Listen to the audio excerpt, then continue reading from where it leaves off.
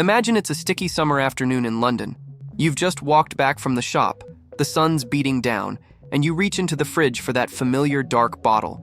The glass is ice cold, beads of condensation running down the side. You twist the cap, that glorious, and take a long, refreshing gulp. Sweet, sharp, fizzy, perfection. For a moment, life is good. But the second that Coca-Cola hits your tongue, your body quietly begins one of the most impressive chemical sequences you'll experience all day. Over the next hour, we're going to follow exactly what happens, minute by minute, after just one modest 350 ml serving, the size of a standard UK bottle or can. No hysteria, no poison nonsense, just proper science. First, two ingredients immediately grab your body's attention: sugar and caffeine. That single bottle contains about 35 grams of sugar, roughly 9 teaspoons, almost the entire daily guideline amount the NHS recommends for adults. If you spooned 9 teaspoons of granulated sugar straight into your tea, it would taste revolting and you'd struggle to finish it. Yet Coca-Cola slips past your defenses. Why? Phosphoric acid.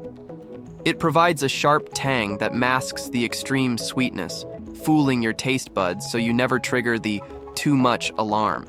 Within 5 to 10 minutes, the sugar, mostly glucose and fructose, is absorbed in your small intestine and rockets into the bloodstream.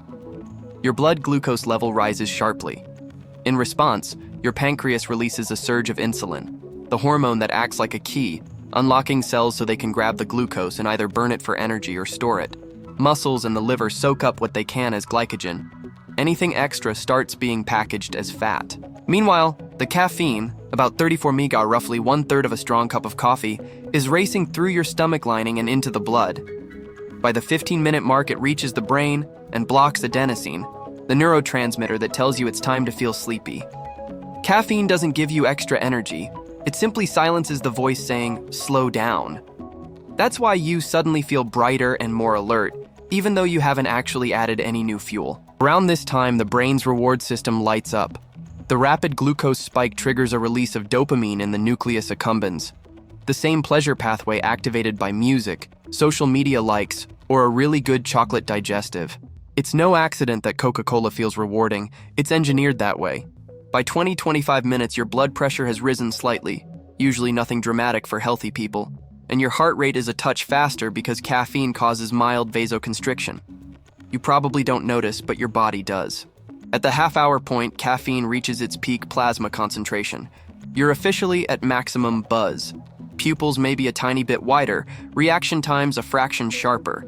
Useful if you're stuck in a boring Zoom call or revising for GCSEs. Back in the stomach, the carbon dioxide is doing its own thing.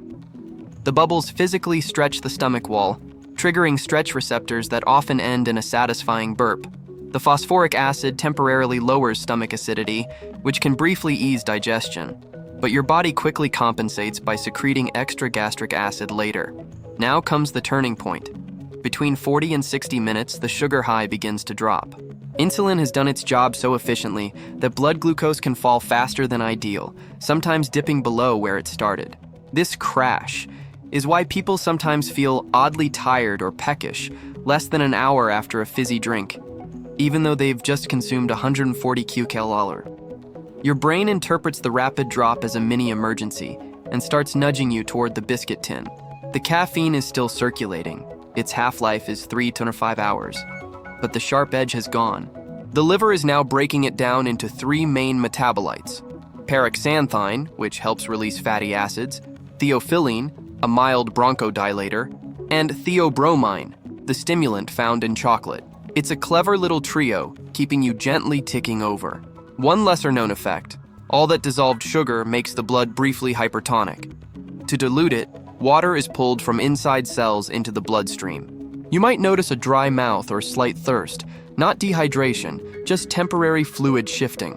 By the 1-hour mark, the dopamine party is over, blood glucose has stabilized or slightly undershot, and excess sugar is either stored as glycogen or already on its way to being converted into triglycerides in the liver.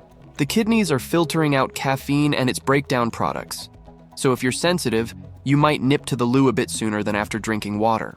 Your teeth have also had a brief acid bath. Coca-Cola's pH is around 2.5, Every time it drops below 5.5, tooth enamel begins to lose minerals. The effect is reversible in the short term, but repeated exposure day after day is why dentists wince when they hear, "I only drink Coke."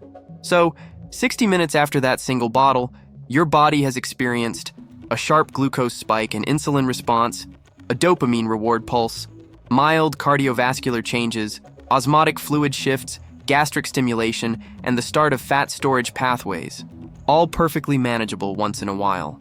Drinking one Coca-Cola isn't going to wreck your health. Your body is remarkably good at coping with occasional treats. The problem only arises when this chemical roller coaster becomes a daily habit, year after year. That refreshing bottle on a hot day? Perfectly fine. Just don't make it your new cuppa. Save the proper brew for tea. Your liver will thank you.